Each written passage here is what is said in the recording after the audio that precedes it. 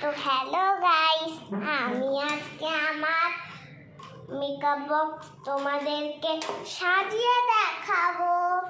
তো চলো সাজিয়ে দেখাই। প্রথমে আমি ক্লিপটা ঢুকিয়ে হাতটা ঢুকিয়ে দিই।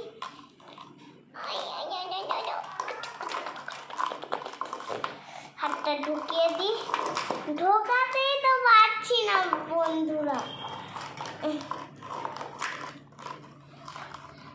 প্রায় ঢোকাতে পেরে গেছি। আমি এবার